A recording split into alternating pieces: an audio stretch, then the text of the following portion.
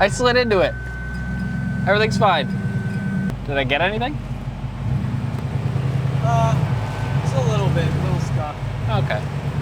There we go. Sliding. Yeah, but we'll be okay.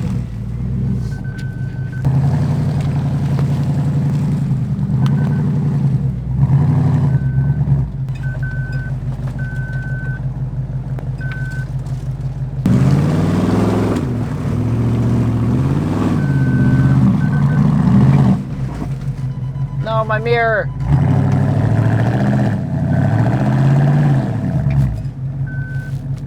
Well, remember that time we put a winch on this? Yeah. This might be one of those times. To use it? Yeah, because my door's up against that tree now. Yeah. We're gonna winch because it's like a weird thin layer of mud everywhere. So I'm sliding into a tree, and rather than dent the door, I'm gonna hook up the winch. I'm gonna set this up, hopefully pull myself past it, and then I can continue on. This isn't what we planned today.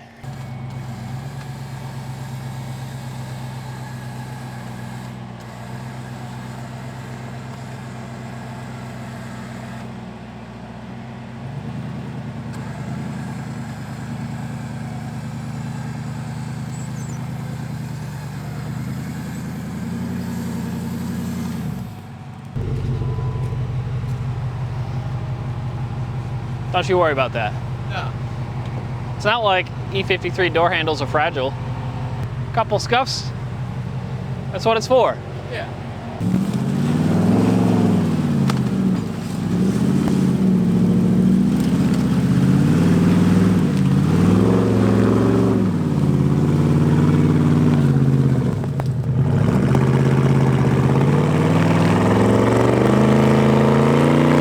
So here's my thought.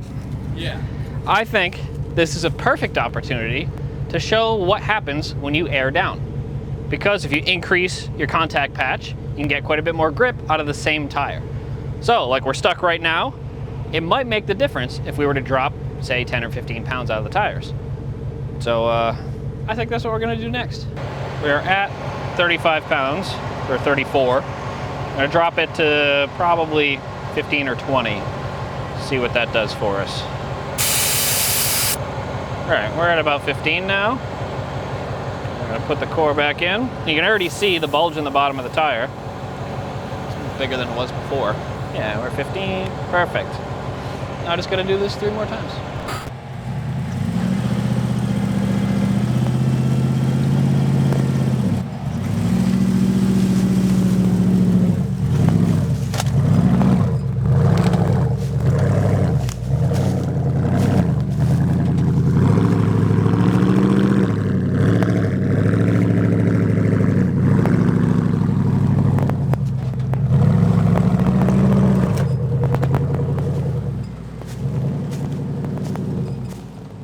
As you can see, airing down can make all the difference.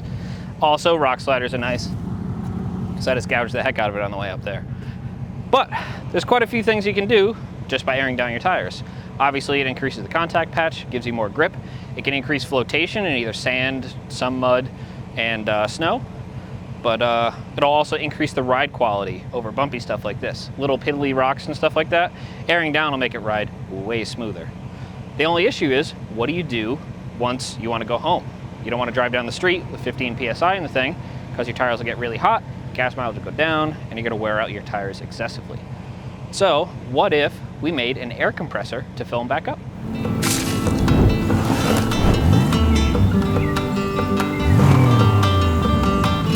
To show you how big of a difference air pressure makes, this tire's at 35 PSI. If you get it up on the lift, I'm going to put this sheet of paper under it so we can see the dirt mark. I'm gonna let the car down. We can see the contact patch. And then we're gonna do the same thing again with less pressure.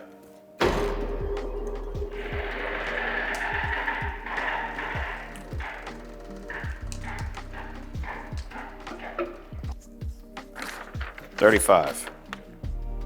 It's a tire deflator, so the point is you're supposed to be able to take the valve stem out.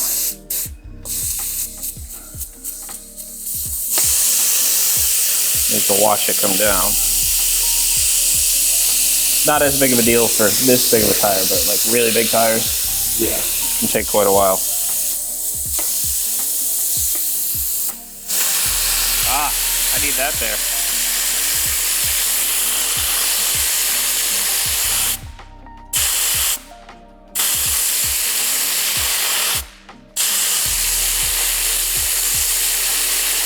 That's cool. I like that.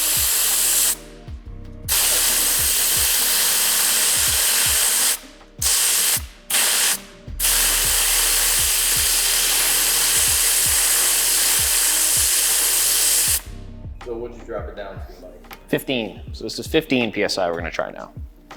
Ready? Oh yeah, that's pretty good.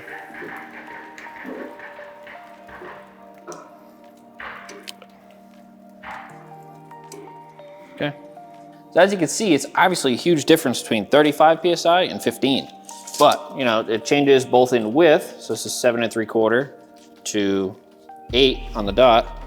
And then in length of contact patch, this is about 6 inches, and this is about 8.5. That's a really big jump.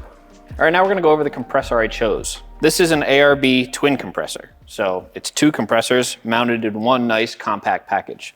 They're pretty popular for off-roading. They have a bunch of different accessories you can run with them, like a little tank or little solenoids if you're gonna do other things.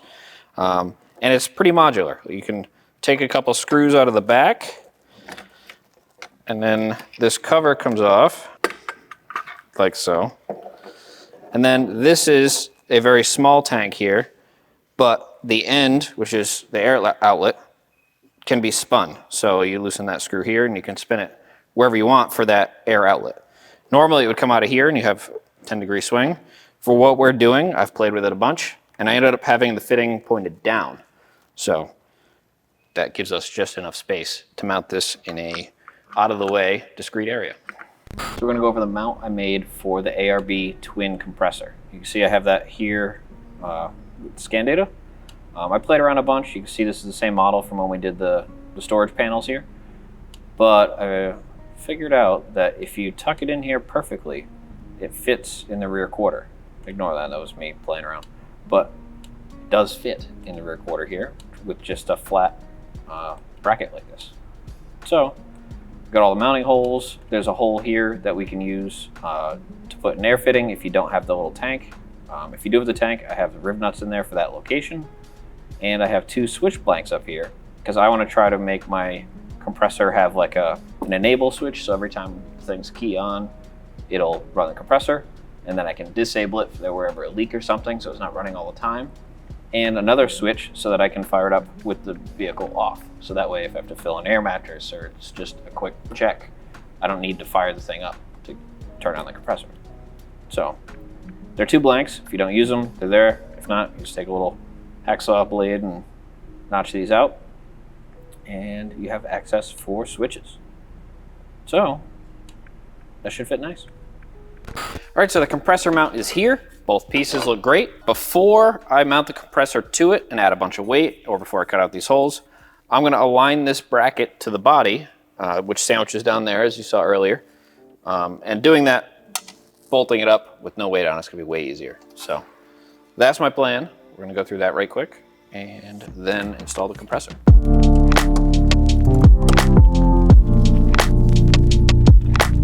Sandwich, like so. This guy.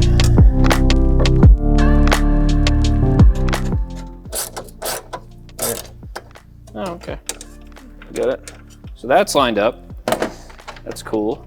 But now you can see this bracket can, you know, because it's in slots down there, has a bunch of wiggle room this way. So if we throw in these bolts now and snug this up, then I can tighten that lower bracket and have it sandwiched in the right spot.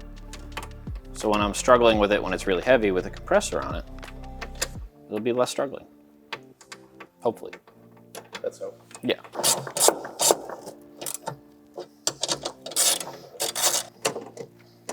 Two clicks per movement. A classic. I mean, it would have been pretty easy to remove this plastic piece here. There's like 3 plastic nuts, and then that could have came out, and I'd have way more space. But you know, here we are. How's the mount feel? Good. Should be plenty rugged for the compressor, which is really going to be loaded this way, but I want to make sure the vibrations weren't, you know, severe, because it is a compressor after all. So yeah, now we can take this out. I'm going to knock out my 2 switch panel holes here. We can go over that in a minute and mount up the compressor. So I want to wire the compressor a little bit differently than you typically would. Normally you have like a master disable switch that comes with the compressor, and I still want that, but I want that to trigger it with key on power. So when the car is running, I want the compressor to come on its own. If there was ever an issue with the compressor, I could shut it off with the switch, but just have it naturally on in that case. Otherwise, if the car is off and I still want to fill something up, use the air compressor for whatever reason, I'm going to have an override switch that'll power the compressor back up without the car running. So that's why I included 2 switch locations here. You could really use them for whatever you wanted, but I thought it'd be a nice thing. Just have to knock out these 2 blanks.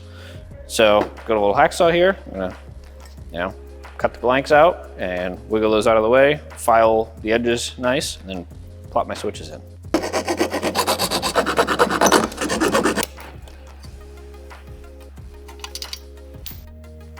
Stubborn one.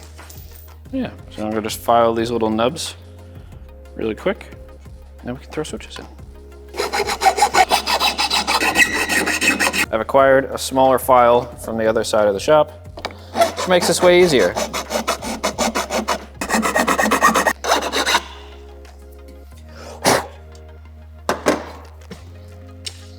So now, hopefully my switches fit.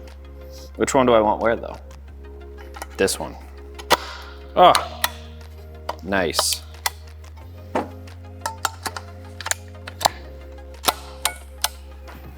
So that's the switch that came with it, and that's the switch I got as an override. All right, so the compressor actually goes on the back, as you probably saw on screen, but I'm just gonna throw this guy on, a bunch of bolts, these up. Oh, there's one more. So these 4 riv nuts here are for the mounting feet for the little auxiliary tank. That's also an A or B part. They suggest that with the solenoids, which we're not using, but you know, if you ever wanted to, I like having that option there. Ready? Yep. Takes one of us, it's heavy. There we go. This is why I wanted to do that bracket first. This is The exact reason. Yeah, this is exactly why I wanted to do it this way.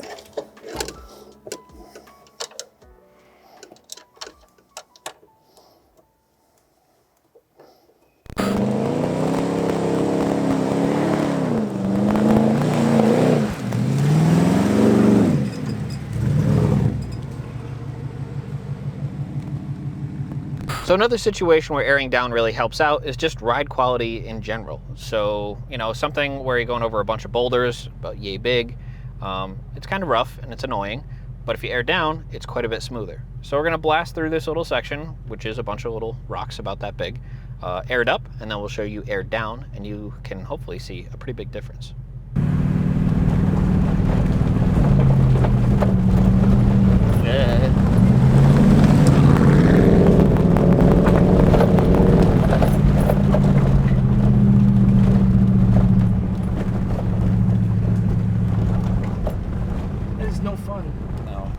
All right, so you can see with the tires aired down, we're about to blast through this little boulder section, and it's way smoother. Like, this is worlds better than with them aired up. So we're doing 30.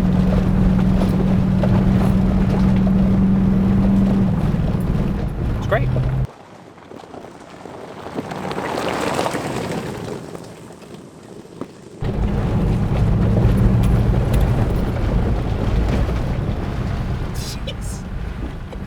So now that we have the nice compressor mounted and installed, and we have to air up to go home, it's as simple as removing this guy. I'm gonna kick it on, get my hose out.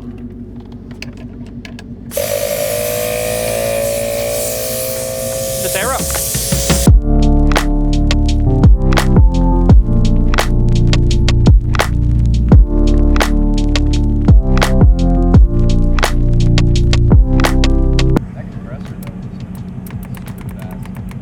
overshot the heck out of it.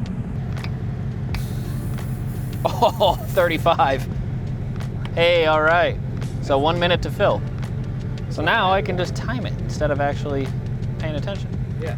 It's amazing how such a simple product like this can make all the difference in me being willing to air down when I go off-roading. Before, if I was gonna hit a trail for an hour or two, it just wasn't worth it to have to go home or to a gas station to air back up. But now it's so quick and easy and at hand that I'm willing to do so. And as you can see, it makes all the difference when trying to hit a trail. So that's it for this episode. Make sure to like and subscribe, and you can follow me at Mike the Day.